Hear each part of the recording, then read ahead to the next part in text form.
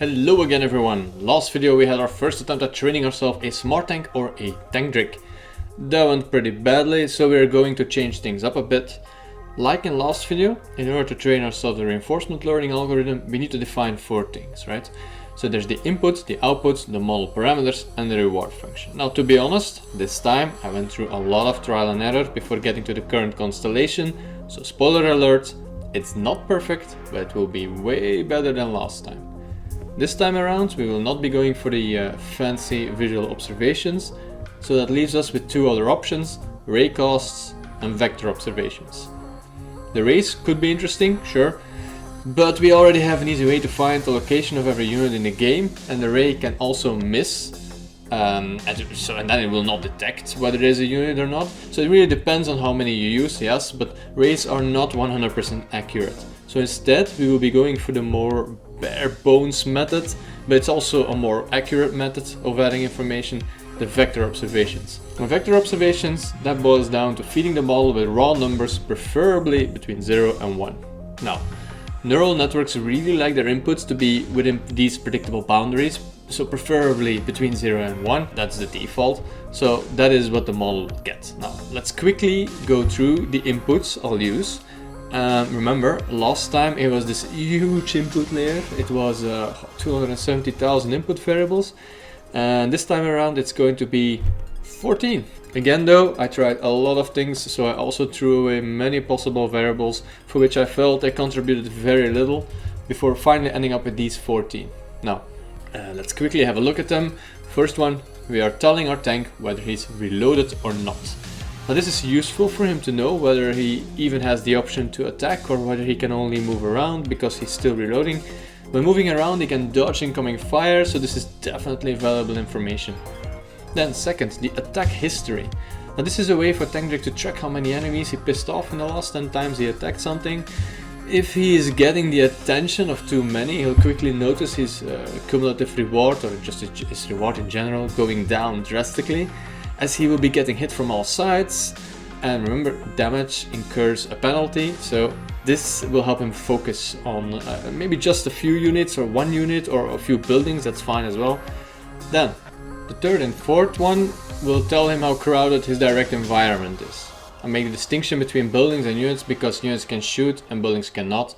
Well, that's true for the time being. At some point there will be buildings that can actually fire back, it's just not yet there. Then it gets the zone within detection range at which most enemy combat units are situated. And then the same for the buildings. This way Tank Drake can steer clear from the biggest concentration of enemy units and go towards the buildings. Again, buildings don't shoot back yet, so I'm kind of hoping he understands that quite quickly. So knowing where to find these buildings is pretty important. Next up, the angle and distance to the nearest enemy command center.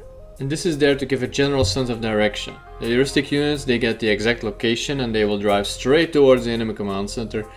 It's a useful thing to know because most of the action will be situated around both command centers, and this way I hope he doesn't get lost in a desert like the previous Tank Drake did. Then there are 6 inputs that provide roughly the same information. Am I under attack by a certain type of unit or not? There are only 6 types that actually attack, so there are only 6 inputs. This way I hope he learns which enemy hurts him the most, and this will allow him to pick his battles more carefully. Now, this is undoubtedly not the perfect solution, but those 14 input parameters probably already capture more relevant information than those 270,000 did. Based on this he can already draw conclusions about who he should and shouldn't attack, where to go, when to move, when to attack. The information density for those 14 inputs is really not bad. So certainly not perfect either, but we will see how the behavior compares to the heuristic unit at the end of the video, and that's the real test. So moving on to the output, that has been changed slightly as well. I didn't implement hierarchical ML agents. Again, this is because it's not an officially supported package, but who knows, maybe later, why not. I did, however, simplify the output slightly. Remember, we had this. It was kind of acceptable, but with, well, quite a lot of room for improvement. And now we have this. I got rid of the attack versus move variable, and I got rid of all the attack options that he couldn't actually attack. So now it's either something Tank Drake can actually attack, or he just moves. and if he moves, it's again the same system as before. He has to pick a general direction. So not much has changed, but I did get rid of a lot of non-options. So that should cut down on his idle time, not entirely of course. Again, I think the hierarchical model would give us a way better fit for this situation, but it's not in the scope today, so this is what it will be. Moving on to the third big element, the reward. And it's actually the same.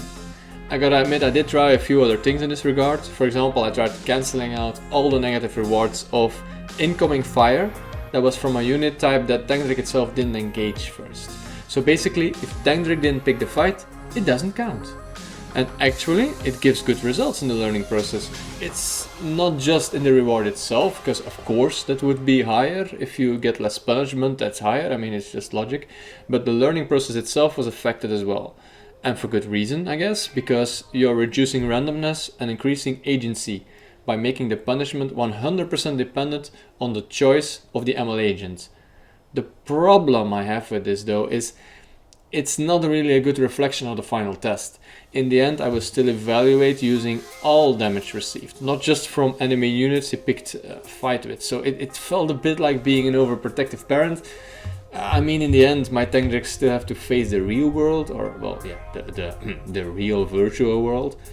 So the jury is still out on this one, but the results presented here are the result of the learning process without this safety net. I experimented with it, but I didn't actually implement it here. So the fourth and final element, the model. Now let's talk about some of the settings this time, because we thoroughly skipped that last time. Now I'm not going to go and talk and go on about each parameter, because I was hoping to keep this as non-technical as possible, but there are two big changes I kept after trying a lot of stuff, and they are worth mentioning here. So the first one is I doubled the number of nodes. So in a sense, I doubled the complexity the model can handle. And keep in mind that's while severely decreasing the complexity of the input. Remember, the first input was a 300 by 300 pixel RGB color image, so 300 by 300 times 3, so 270,000 input variables. That went down to 14 variables. Some of them having only 2 possible states and some of them having up to 8 options. So that's way less input complexity than before. So in a sense, in theory, this model should be able to handle that input way better because of its double nodes. Now, second thing, I added curiosity. Now, curiosity is exactly what you think it is. Every somewhat developed being has it. You have it, we as humans in general have it. Other animals that are somewhat intelligent, they all have it. They all get intrinsically rewarded for being curious about the world around them. We get excited if we discover something new. Now this is exactly what this is. The model is rewarded for trying new things. That way it doesn't get stuck so easily on a single solution, and at least it will try a few more, because it's not only rewarded for the outcome, but the actual trying itself is yielding a reward. Now mind you, this reward is not directly added to the cumulative reward that is used to evaluate the model. It's a separate thing. So again, it's not part of the eventual model evaluation. That would be really unfair, obviously, because then the model would just increase its performance just by you adding curiosity, and that's not how this works. It doesn't inflate the cumulative reward curve. It's a separate. Alright, we are ready for some training. Okay, we've already been here, no need to draw this out. Let's have a look at the results instead. We got an actual climbing cumulative reward curve. Hooray! Okay, it's bumpy, but this is not the perfect world. It's an actual game environment, one that was not specifically set up to demonstrate this. So the general trend here is actually quite good. The cumulative reward increases and then it kind of plateaus. There's a lot more here on this tensor board to look at, but I think I might keep that for a future video, or probably on another case as well. Instead, let's look at how Tankdrick fares on the battlefield, because that will be really interesting. To make it a fair test, we have a few heuristic units and an equal number of machine-learned units on the field, and apart from that, the army composition is completely symmetrical. 2 of everything.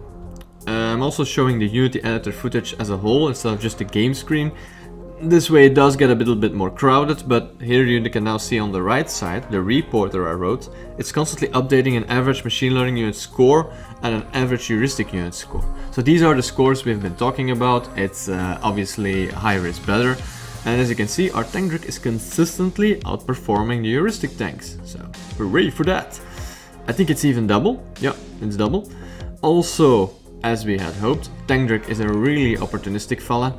Whenever he sees a weak unit or a building, that is what he shoots at. All the while he almost never stands still, so that way he dodges a lot of incoming fire, also exactly as predicted. I must say, I really like him. I'm sure his enemies are getting quite annoyed with him, but that's the entire point, so I would say, well done, Tank.